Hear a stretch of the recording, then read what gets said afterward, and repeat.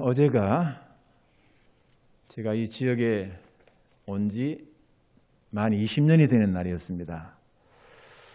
그런데 어제 굉장히 뜻깊은 점심 식사를 했습니다. 제가 그동안 수없이 많은 식사 대접도 받았고 또 여러 지인들과 식사도 했는데 어제처럼 감동적이고 은혜로운 점심 식사는 없었다고 생각이 됩니다. 우리 목회자와 장로님들이 한자리에 모여서 화기애애한 그런 점심을 먹었습니다. 여러분, 이제 내일 모레가 명절인데요. 자녀들이 또 손자 손녀들이 부모나 할아버지 할머니 찾아옵니다. 부모나 할아버지 할머니 앞에서 화목한 것이 최고예요. 다른 선물 안 줘도 괜찮아요. 서로 사이좋게 의좋게 화목하게 살면은 너무 감사하고 보기 좋은 겁니다. 그런데 소갈비 사다 드리고 두툼한 돈봉도 드리고 나서 서로 자기들끼리 싸우면은요 부모 마음이 아픈 거예요. 야, 서로 다 가져가. 빨리 너네 집에 가. 우리 하나님 보실 때도요 우리 성도들이 화목한 걸 하나님 최고로 보십니다. 서로 사랑하는 것처럼 좋은 게 없어요. 우리가 사랑하고 살아도 부족한 세상이에요. 평생을 사랑하고 살아도 부족한 인생이에요. 앞으로 여러분 우리 서로 사랑하고 사십시다. 허물도 다 덮어주고 용서하고 가려주면서 그렇게 살면 얼마나 아름답겠어요. 하나님께서 퇴임을 이제 제가 정확히 97일 남겨놨는데요. 저에게 큰 선물을 주셨어요. 너무 감사해요. 어제 자리를 마련해 주신 우리 문장로님께 진정으로 감사를 드립니다. 제가 지금 계속해서 언약에 관한 말씀을 드리고 있습니다. 지난주에 이제 야곱이 아버지의 형을 속이고 멀리 밧단 아람 외삼촌 집으로 피신한 얘기. 사실은 여러분 겉으로 볼 때는 야곱이 피신을 했지만은요 실제로는 하나님께서 야곱을 그곳에 보내신 거예요. 이 부분을 여러분 쭉 읽어보시면서 가장 중요한 단어, 그 단어가 바로 하나님께서, 하나님이, 여호와께서. 야곱이 아버지 집을 떠날 때 아버지 이삭이 전능하신 하나님이 내게 복을 주시어 내가 생육하고 번성하게 하여 내가 여러 족속을 이루게 하시고 라고 축복을 해 주었습니다. 가깝게는 이 축복이 하란에서 20년 동안 이루어진 겁니다. 멀게는 그의 할아버지 아브라함에게 주신 언약을 하나님께서 이루시는 기간이었습니다. 야곱은 4명의 아내에게서 11명의 아들과 딸 하나를 얻습니다.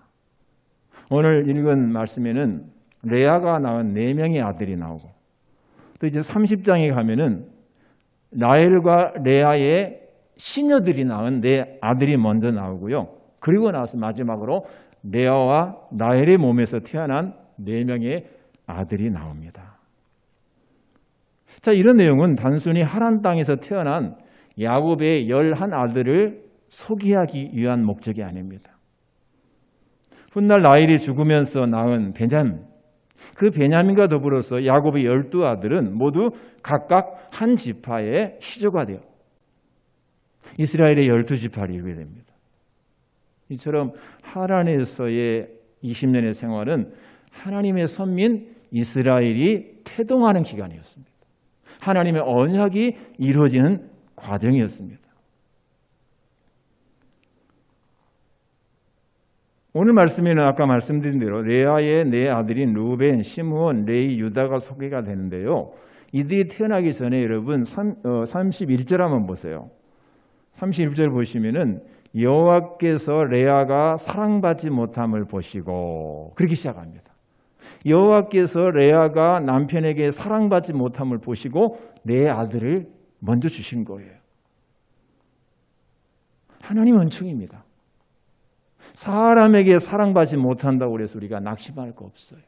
하나님께 사랑받으면 돼요. 하나님의 은총이 우리에게 임하면은요, 우리는 얼마든지 승리하며 복된 삶을 살 수가 있다 그 말입니다.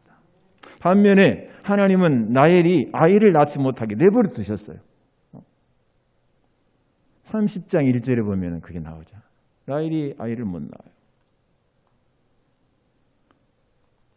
여러분, 이 31절과 이 30장 1절 이 두 구절을 우리가 보면서 남편의 사랑을 받지 못하는 여인이 나옵니다. 남편에게 자식을 낳아주지 못하는 여인이 나옵니다. 남편에게 사랑받지 못하는 여인과 남편에게 자식을 낳아주지 못하는 여인, 이 둘 사이에 갈등과 대결이 일어나죠.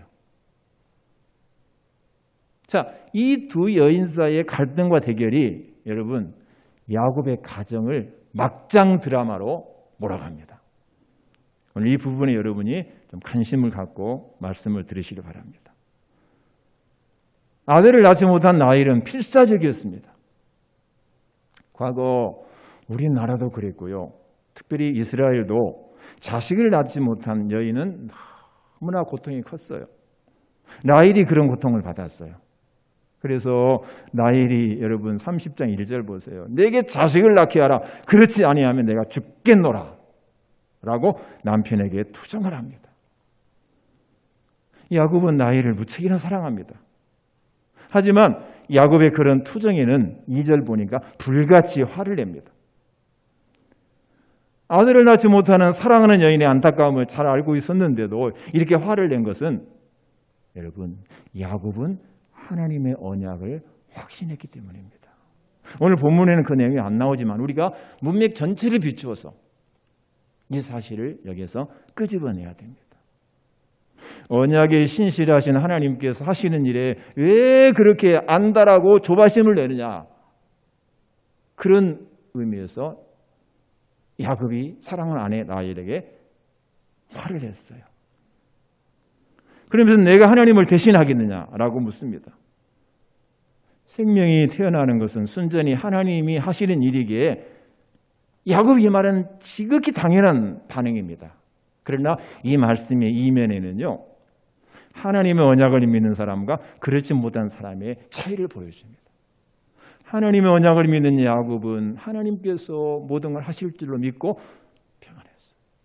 그런데 하나님 언약을 믿지 못했던 라헬은 남편에게 닥달하면서 그렇게 견디지 못하는 고통을 당했다 그 말입니다. 여러분, 저와 여러분은요, 어떤 어려움 가운데서도 하나님의 언약을 굳게 믿고 마음의 평안함을 누리고 기쁨과 감사의 삶을 살아야 될 줄로 믿습니다. 하나님의 언약을 믿지 못하고 불신앙적이었던 라헬은 어떻게 합니까? 시녀 빌하를 남편에게 주어서 아들을 낳게 합니다. 당신은 여자가 자식을 낳지 못하면 시녀의 몸을 통해서 자식을 보았던 관습이 있었습니다. 우리나라에도 전통적으로 참 안 좋은 제도인데요. 시바지라는 제도가 있었죠. 그죠? 네. 그렇게 낳은 아들이 단과 납달리였습니다. 그중에서 납달리의 뜻은 언니와 경쟁하여 이겼다. 여러분, 자매끼리 한 남자의 아내가 되어서 서로 남편의 사랑을 놓고 경쟁했어요. 시기하고 질투했어요. 자, 그 가정이 평안한 가정이겠어요? 그 삶에 기쁨이 있겠습니까? 오죽하면은 언니와 경쟁해서 이겼다라는 의미의 이름을 시녀가 낳은 아들에게 붙여줬겠어요. 그러자 언니 레아 역시 동생에게 지지 않으려고 또 자기 시녀 실바를 남편에 주어서 갓과 아셀을 낳습니다. 여러분 한번 잘 생각해 보세요. 한편의 저질 막장 드라마예요. 남편의 사랑을 받지 못하는 언니와 남편에게 자식을 낳지 못하는 동생 사이에 이런 막장 드라마를 지금 연출하고 있다 그 말입니다. 우리 하나님은 태초에 남자와 여자를 창조하시고 일부 일처제의 가정 제도를 확립하셨습니다. 지금도 문명 국가는 일부 일처제를 기본으로 삼습니다. 중동 지역 이런 나라는 지금도 일부 다처제가 있기는 합니다만은 그런 나라도 공식적으로는 일부 일처제예요. 그런데 하나님이 세우신 이 가정의 질서를 우리가 깨트리면은 이처럼 갈등과 시기로 가정이 멍들게 된다는 사실을 깨달아야 됩니다. 훗날 야곱이 이제 바로 앞에 서게 되죠. 그래서 바로가 당신은 나이 몇 살입니까? 라고 물어봐요. 그래서 제가 한 130년 살았는데 제 인생이 참 험악했습니다. 제 130년의 인생은 험악한 세월이었습니다. 얘기를 해요. 왜 험악한 세월이라고 대답했을까요? 물론 여러 가지 이유가 있어요. 밧담 아람에서 20년의 그 생활도 어려웠죠. 그런데 여러분 그 가운데서도요. 저는 그렇게 생각합니다. 이 가정에서 일어난 막장 드라마도 같았던 이 갈등, 이런 것들이 아마 야곱의 마음을 더 아프게 했고 그의 삶을 험악한 삶이 되게 만들지 않았을까, 그런 생각을 해봐요. 제가 오늘 막장 드라마라는 이야기를 많이 했습니다. 여러분, 그런데요, 은혜로우신 하나님은 사람의 이런 실수까지도 선으로 바꾸셔서 하나님의 언약을 이루어 가셨습니다. 할렐루야, 얼마나 감사한지. 하나님은 나의 실수까지도 선으로 바꾸셔서 하나님의 일을 이루어가는 도구로 삼으신다는 사실입니다. 이어서 이제 짤막한 일화가 나오는데요. 14절 이하의 그 짤막한 일화는 레아와 라헬 두 자매 사이를 더 막장으로 몰아갑니다. 여러분 아시니까 간단하게 설명하고 넘어갑니다. 루벤이 들에 나갔다가 합한채라는 식물을 얻어서 어머니 레아에게 갖다 줍니다. 이 합한채는 당시에 임신 촉진제로 여겨졌습니다. 그러자 이를 알았던 라헬이가 그 합한채를 가로채는 내용입니다. 합한채의 간접적인 효과로 레아는 이사갈, 스불론, 디나를 낳았고 정말로 절묘한 우연의 일치로, 제가 그렇게 표현합니다. 절묘한 우연의 일치로 라헬이 그토록 원하던 아들 요셉을 낳습니다. 합한채 가지고 언니와 동생이 흥정해요. 그거 나 주어. 그리고 오늘 밤 언니가 남편에게 들어가. 여러분 이런 저질 드라마가 어디 있습니까? 이런 막장 드라마가 어디 있습니까? 막장 드라마를 잘 쓴다는 임성한 작가도 아마 이런 스토리는 구상을 못할 것 같아요. 그렇게 해서 요셉까지 11아들을 낳습니다. 여러분 오늘 본문에 나오다시피 이 야곱의 아들들의 이름에는요 나름대로 중요한 의미가 있어요. 루벤은 보라 아들이다. 시므온은 하나님이 들으셨다. 레이는 남편과 내가 연합한다. 유다는 아들 주신 하나님 앞에 찬송한다. 다는 내 억울함을 푸셨다. 납달리는 언니와 경쟁에서 이겼다. 갓은 참 복되다. 아셀은 나의 기쁨이다. 이사갈은 하나님께서 내게 아들로 값을 주셨다. 스불론은 거함. 그 요셉은 라헬이가 우여곡절 끌 때 이 아들을 낳아놓고 하나님께서 이런 아들을 내게 계속 더해 주십시오 라는 의미에서 더함이라는 이름을 붙여줬어요. 여러분 이 이름들 보세요. 뭐 고상한 이름이 아니에요. 이 이름의 배경에는 아까 제가 여러 번 말씀드린 언니와 동생이 막장 드라마를 연출하면서 서로 경쟁적으로 남편의 사랑을 받고 또 아이를 낳기 위해서 당했던 한과 고통과 그런 것들이 이 이름에 다 담겨 있어요. 이걸 보면서 여러분 이스라엘 12지파의 조상이 특별한 존재가 아니었다. 고상한 집안의 자식이 아니었다. 어쩌면 우리보다 훨씬 더 못한 그런 가정의 아이들이었다.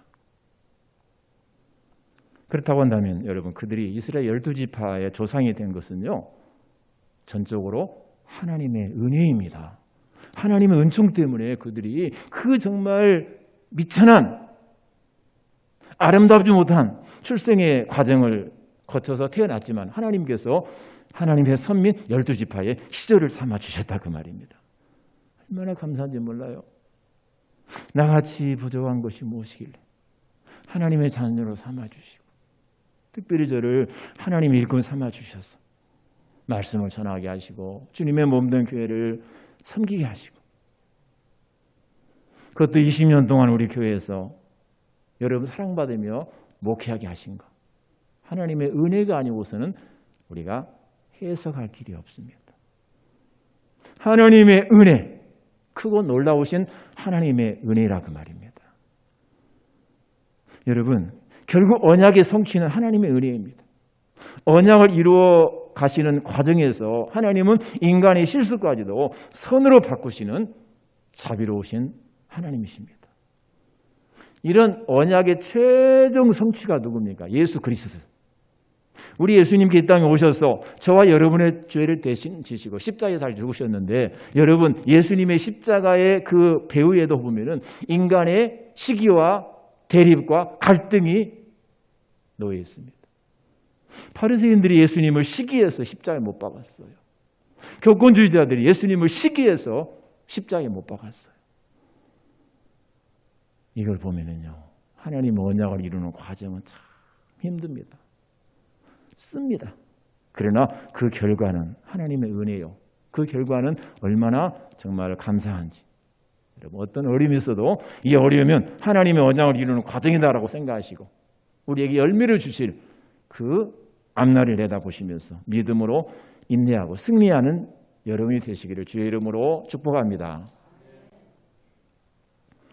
우여곡절 끝에 라헬에게서 요셉을 얻은 야곱은 이제 타향살이를 끝내고 고향으로 돌아가려고 했습니다.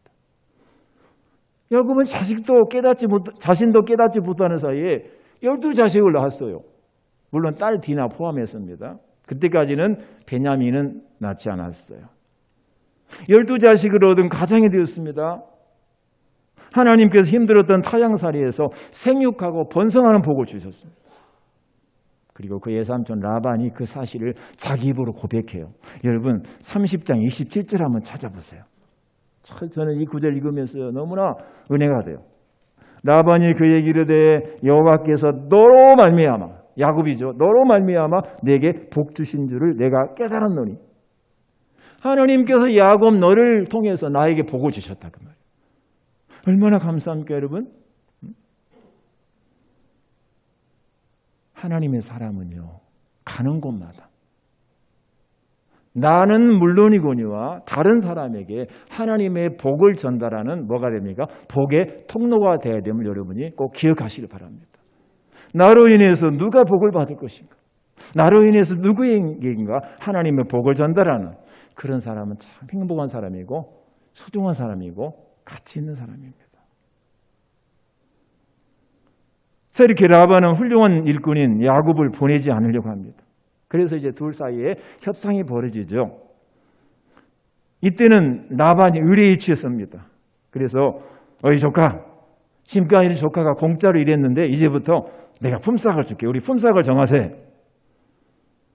여러분 30절 그 밑에 조금 더 돼요. 30절 야곱이 이런 얘기합니다. 내가 오기 전에는 내 삼촌의 소유가 적더니 번성하여 때를 이루었나이다. 내 발이 이르는 곳마다 여호와께서 삼촌에게 복을 주셨나이다. 여러분 이 말씀이에요. 이 야곱의 억울함이 가득 담겨 있어요. 내가 그동안 죽기 살기로 삼촌을 위해서 일했고 그로 인해서 삼촌이 큰 부자가 됐습니다. 그런 뜻입니다. 내가 그렇게 유능한 존재입니다. 그런 의미도 담겨 있지만은요. 더 중요한 것은 아까 말씀드린 대로 나는 복의 통로입니다. 복을 주신 분 하나님이십니다. 하나님은 나를 통해서 삼촌에게 이런 복을 주셨습니다. 여러분 이런 마음을 가지셔야 돼요. 나는 한 것이 아무것도 없어요. 설령 내가 수고했을지라도 그 수고는 아무것도 아니에요. 그 모든 일을 이루신 분은 누구십니까? 하나님이십니다. 할렐루야.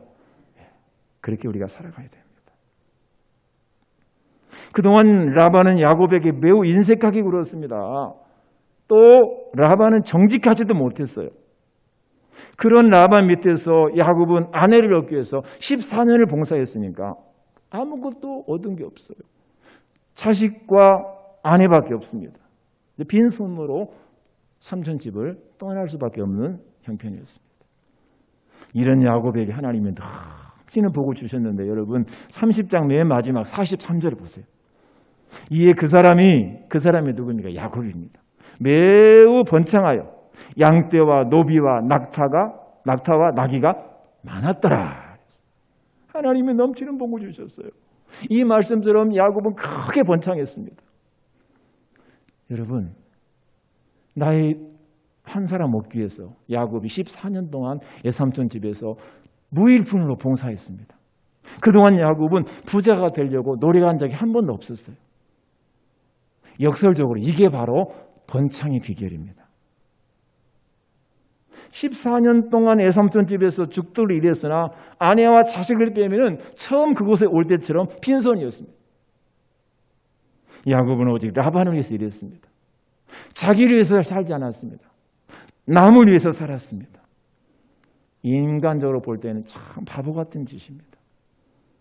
그러나 그런 야곱의 모습을 하나님이 기쁘게 보셨어요. 여러분 우리 주위에서도요. 이기적인 사람이 당장은 잘 되는 것 같아요. 내 앞에다 막 끌어다 놓는 사람들이 당장은 돈도 벌고 당장은 잘 사는 것 같아요. 그러나 끝까지 가봐야 돼요.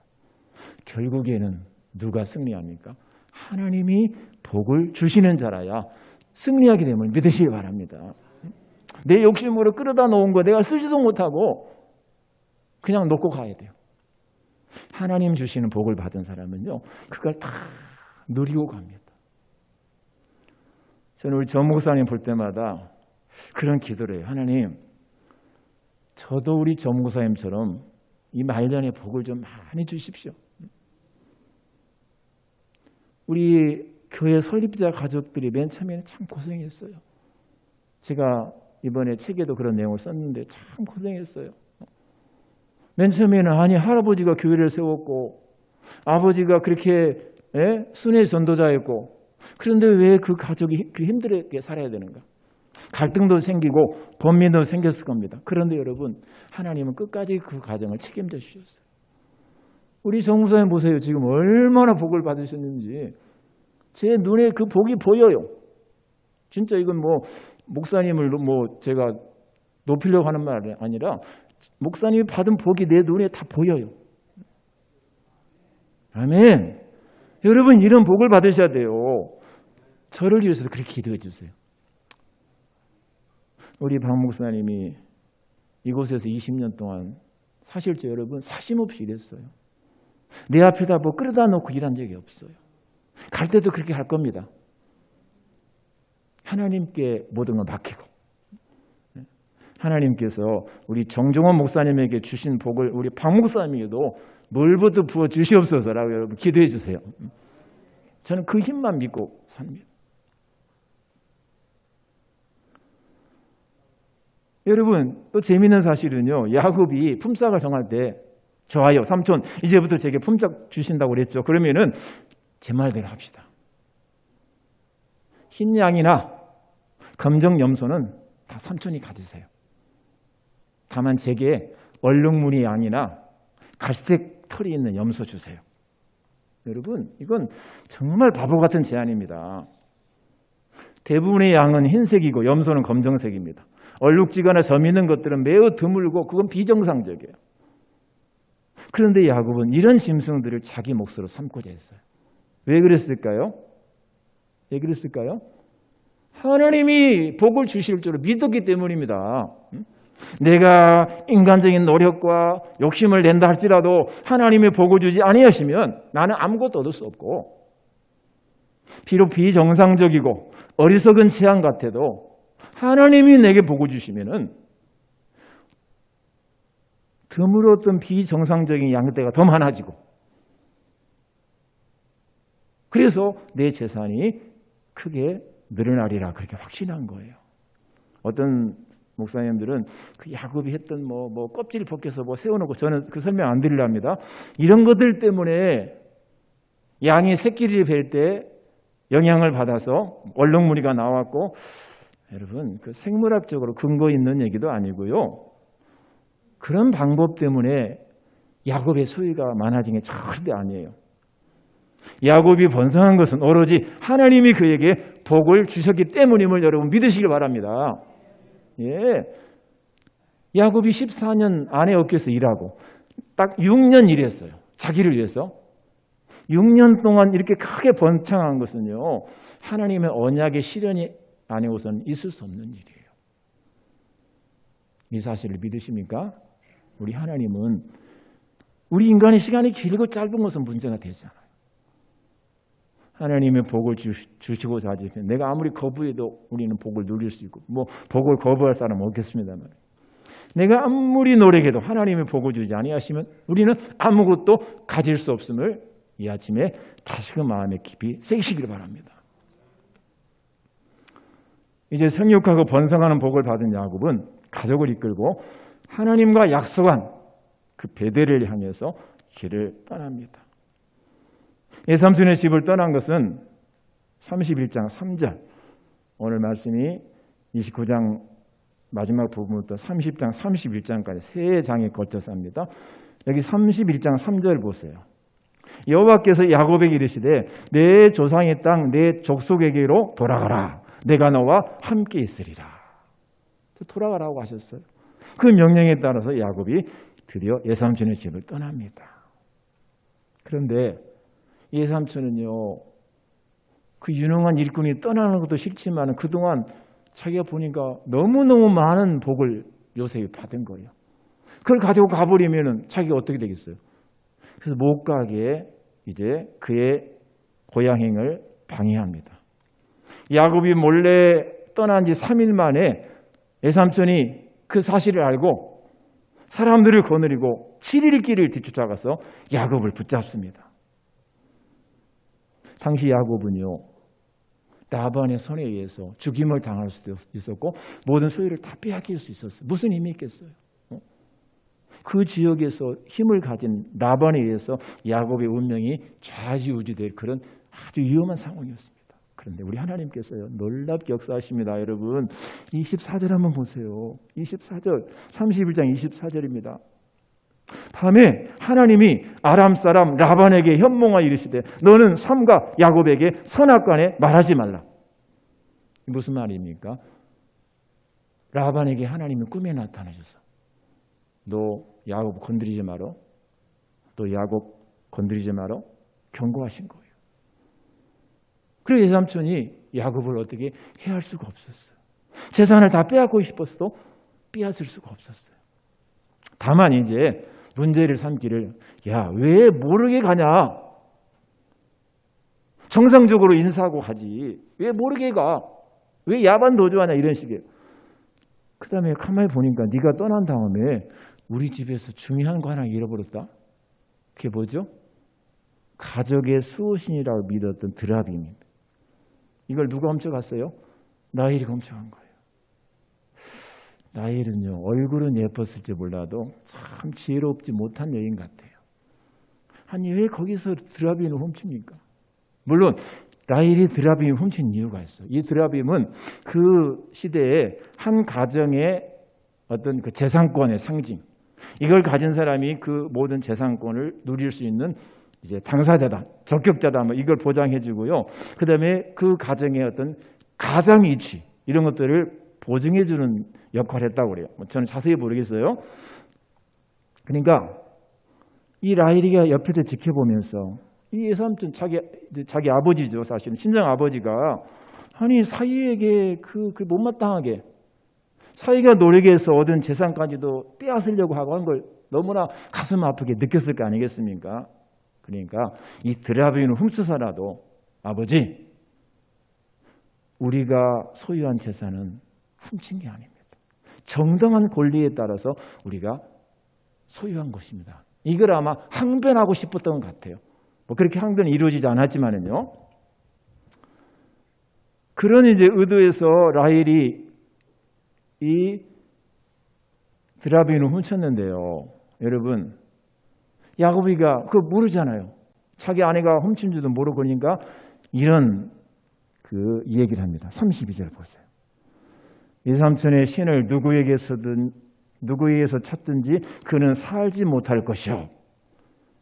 그러니까 한마디로 드라빔 훔친 사람은 죽을 것이다 그 말입니다. 아주 무서운 저주입니다. 사랑하는 아내가 그렇게 한 줄도 모르고 그런 저주를 한 겁니다. 그래서 드라빔을 찾다가 찾지 못한 라반은 야곱과 이제 평화 언약을 맺고 자기 집으로 돌아갑니다. 근데 여러분요, 잘 들으십시오. 이거 오해하면 또 안 되니 잘 들으셔야 돼요. 드라빔을 훔친 라헬은 세겜에서 베델로 올라가는 길에서 아기를 낳다가 죽어요. 베냐민을 낳다가 죽어요. 야곱의 경솔한 저주가 현실로 나타났습니다. 저는 여기서 저주가 이런 효력이 있다는 걸 말하고 싶지 않아요. 저주의 효력을 논하기보다는 우리에게 말조심이 필요하다. 여러분, 내 경솔하게 함부로 말해서는 안 돼요. 함부로 서운해서도 안 되고요. 함부로 남을 저주해서도 안 되고요. 우리가 할 수 있으면 남에게 많은 복을 빌어주세요. 자, 그 외에는 우리가 말조심하셔야 됩니다. 야고보 선생님께서 이런 권면을 하지 않습니까? 우리가 다 실수가 많으나 만일 말에 실수가 없는 자면은 그 사람은 곧 온전한 사람이라. 능히 온 몸을 굴레 씌우리라. 저도 말 실수 많이 합니다. 여러분도 마찬가지입니다. 그러니까 우리는 어떻게 해요? 더더욱 말 조심해야 됩니다. 말 조심해야 돼요. 우리 부안 동부교회 내에서 실언하는 분이 없도록, 말 실수하지 않도록 모두에게 덕을 세우는 그런 은혜로운 이제 언어 생활을 하시는 여러분들이 다 되시기를 부탁을 드립니다. 말씀을 마칩니다. 야곱이 하란에서 20년을 지내는 동안에 4명의 아들을 통해서 12자녀를 낳았습니다. 크게 번창했습니다. 여러분, 이 일은 결코 우연한 일이 아닙니다. 우연한 일이 아닙니다. 생육하고 번성하라는 아버지의 축복이 이루어진 것입니다. 하나님의 언약이 성취가 된 것입니다. 아울러서 우리 하나님께서 베델에서 야곱에게 나타나셔서 하신 그 약속이 이루어진 것입니다. 여러분, 막장 드라마와 같았던 인간의 실수까지도 하나님은 선으로 바꾸셔서 언약을 이루시는 그런 신실하신 하나님이십니다. 저는 여러분과 한 약속을 까먹고 지키지 못한 것도 있을 것입니다. 여러분도 마찬가지일 것입니다. 그러나 우리 하나님은 신실하십니다. 그래서 우리 어떤 실수까지도 다 하나님의 손으로 바꾸셔서 언약을 이루고 하시고, 우리 예수님의 십자가도 마찬가지라고 말씀드렸죠. 우리 인간의 시기와 질투까지도 다 하나님께서 선으로 역사하셔서 우리를 구원하시는 놀라운 일을 이루셨다는 사실을 깨닫고 그 신실하신 하나님을 믿고 그 하나님에게 순종하셔서 하나님이 약속하신 큰 은혜와 복을 받는 여러분이 되시기를 주의 이름으로 축복합니다.